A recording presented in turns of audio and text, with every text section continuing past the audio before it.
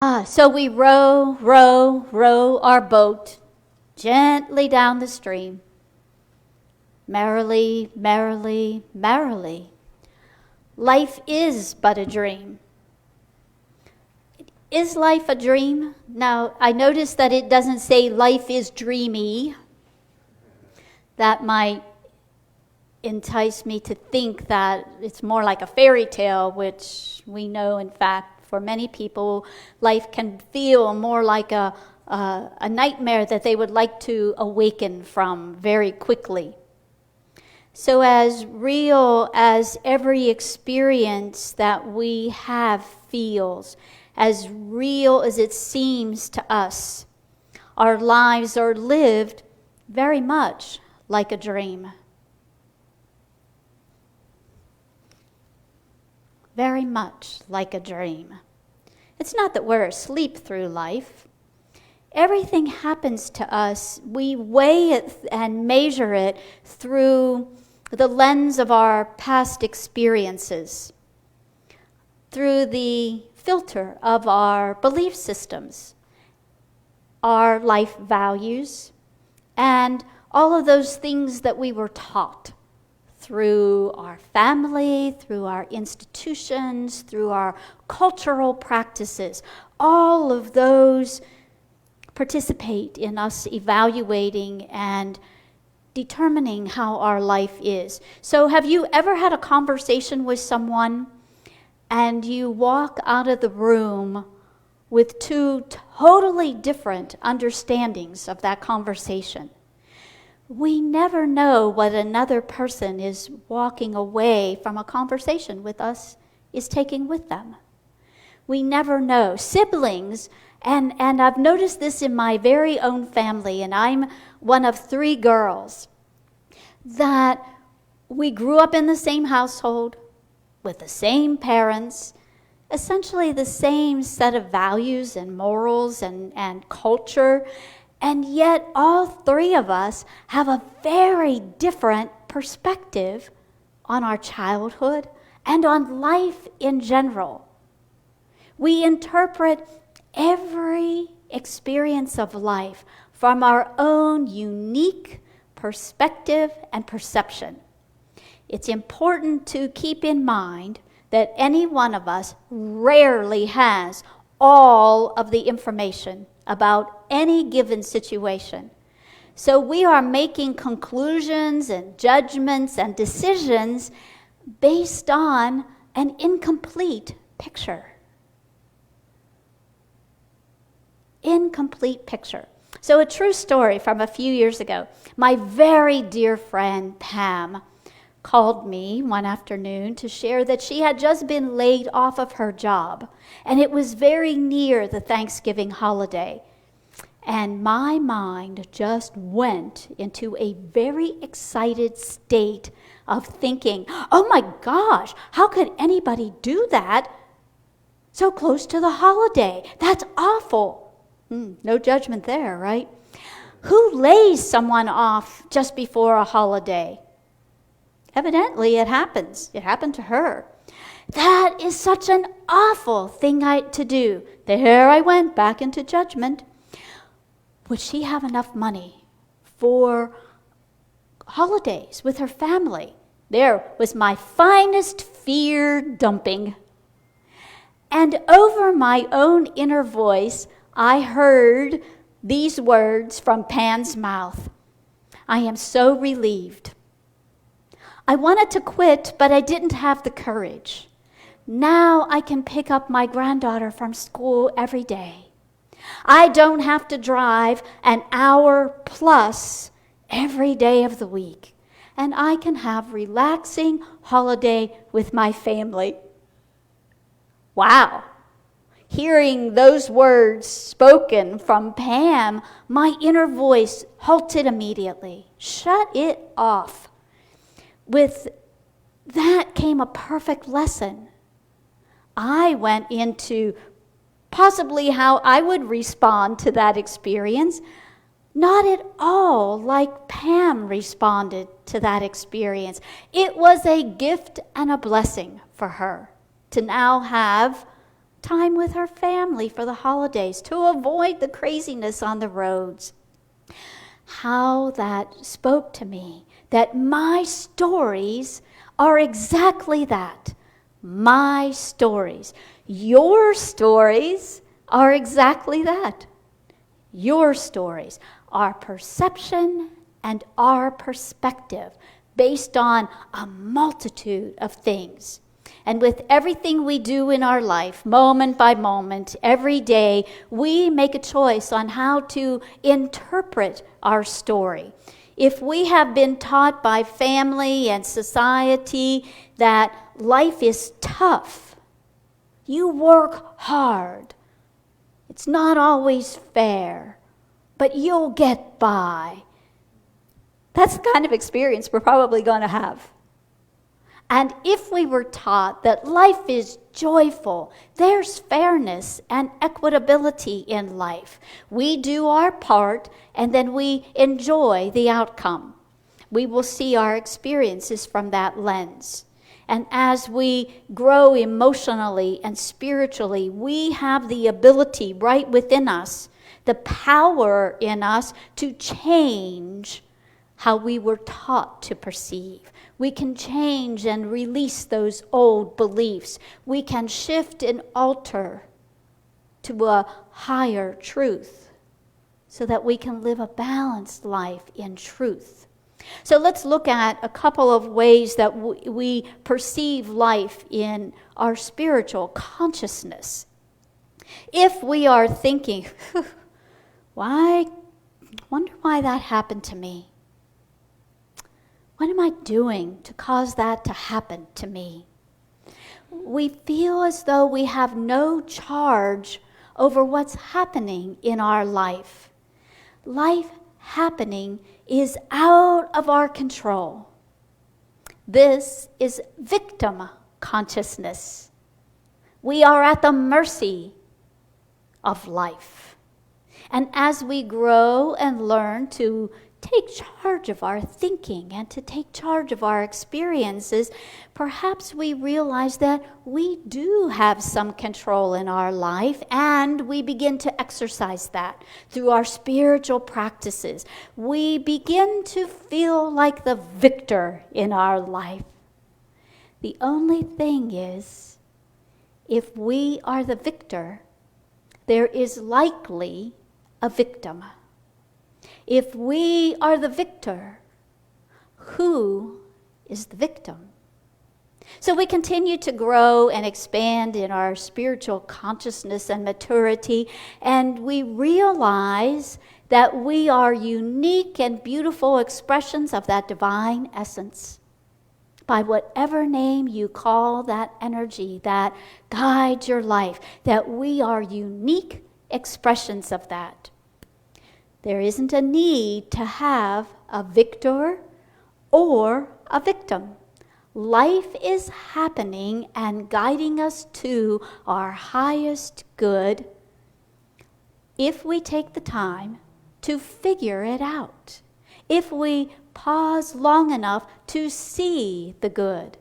This is what we call vessel consciousness. We are the vessel of that divine essence.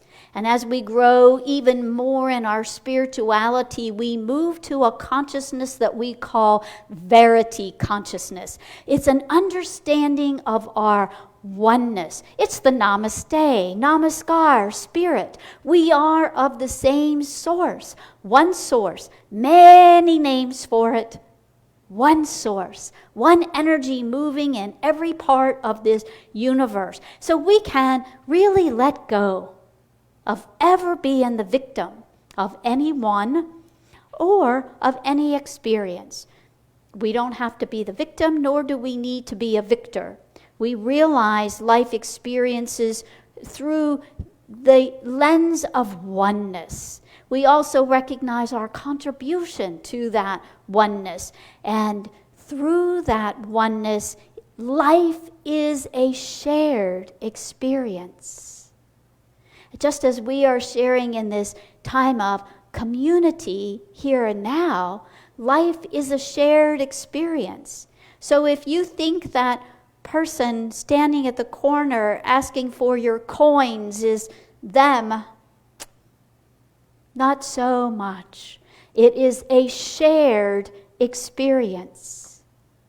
We get to be part of their experience. They get to be part of our experience. By calling our compassion, perhaps. By calling us to social action, perhaps. By calling us to the next right step for us. Whatever that may be. We no longer have to cling desperately to our perception and our rightness, to our story, the story that we dream, the dream that we perceive, or the story that we tell, that story that is built on incomplete information. There's a licensed Unity teacher here in Dallas whose name is Lisa Walker. I have the privilege of knowing her.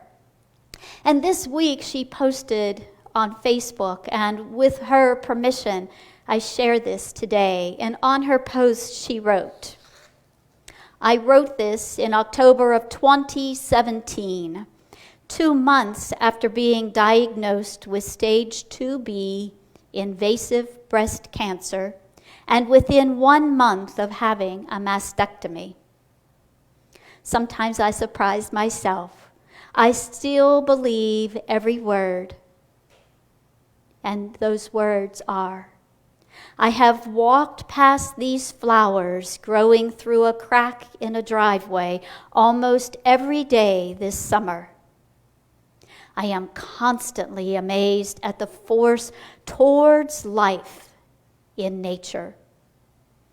More recently, these beauties are a reminder that where we are cracked, God can come in, and life will spring forth. Feeling gratitude for the places and the ways I have cracked open over the years, problems have been transformed to blessings. It's all a matter of perspective. So what perspective do we hold? Do we hold, oh, poor me, life is happening to me? Do we hold the victim? We have the right and the ability to choose that every day, every moment. Or do we move into that verity consciousness where this life is a beautiful experience shared by all, lived by all? Our book author, Steve Lane, tells us, since you never really know everything there is to know about a given situation, and since everything you perceive is colored in some way by your interpretation of it, then all perception is in some way a degree of misperception.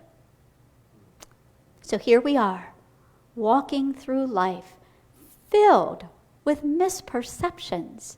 When we realize that, it gives us spaciousness. It gives us grace to allow other people's opinions, thoughts, and their perspective and perceptions to perhaps integrate with ours, at least to touch ours.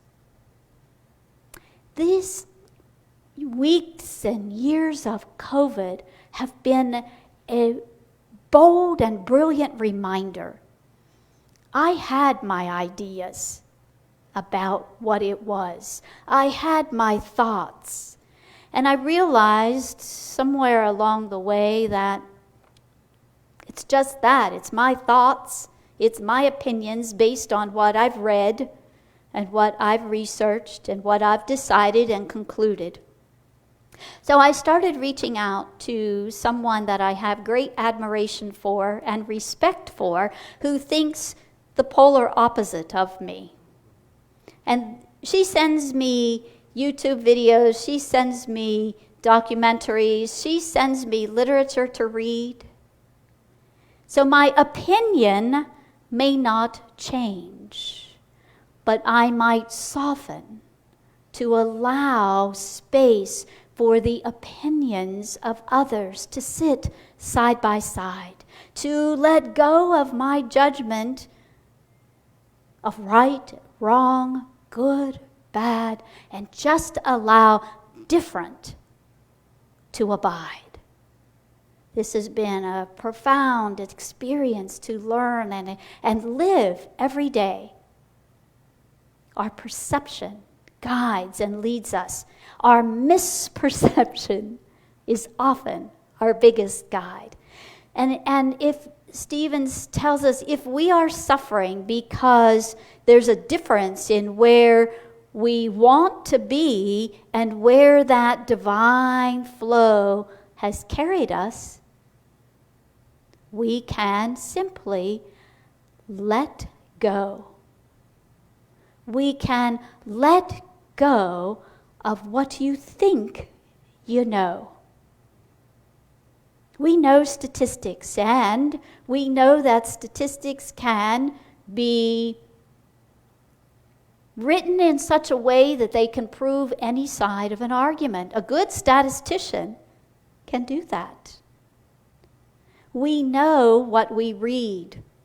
Let go of what we think we know. Let go of what we think our good is. Allow room for the divine to inform us of what our good really is. There has been at one time, maybe two, maybe 1,000, where I thought I knew what my good was. And lo and behold, when I stubbornly, willfully carried myself to that, oh boy, it didn't turn out to be so good after all.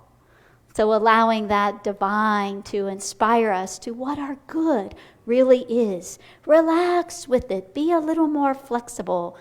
Move like Gumby in the world. And let go of how we think we should arrive at a destination.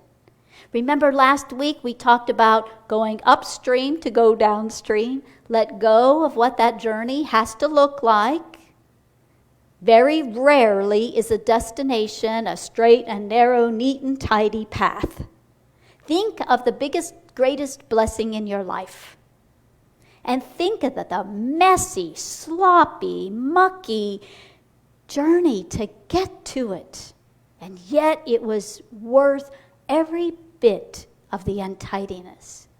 It was our greatest blessings. Steve tells us a story in this wonderful book that he was laid off from a job. For many years, he was an advertising copywriter. And he did that job for over 30 years. And the last company that he worked for, his big account was American Airlines. That's a pretty big account. And then September 11th, 2001 happened. And we all know what that day was. After that day, American Airlines decided they would not do any advertising for the upcoming quarter. You can imagine what that meant for Steve and his company. His company immediately went into downsizing, letting go of people who they could no longer support, Steve being one of them. His first reaction, he admits, is fear. How was he going to support himself without a job? How was he going to go to the doctor if he didn't have his health insurance? He also wondered, how would he be able to get another job at his age? All of the same worries and concerns that many of us would have if we were suddenly released from a job. And on that very first night of his unemployment, Steve didn't sleep very well. He was fearful. Life certainly wasn't a dream.